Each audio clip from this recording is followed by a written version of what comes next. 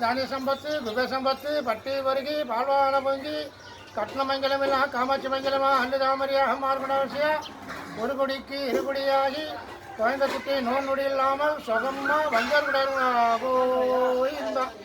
என் வட்டி வந்து முதல் இருக்கு சுகமாக இருக்கணும் மதுரை மனசில் ஏழுமலை மனசில் நோய் இல்லாமல் நல்லபடியாக இருக்கணும் வருஷத்துக்கு ஒரு நாள் சாதிப்புள்ள வந்து நல்ல வாக்க சொல்லி கீர்த்தியை கொடுக்கணும் என் தாயார் மகாலட்சுமி போல இருக்கும்.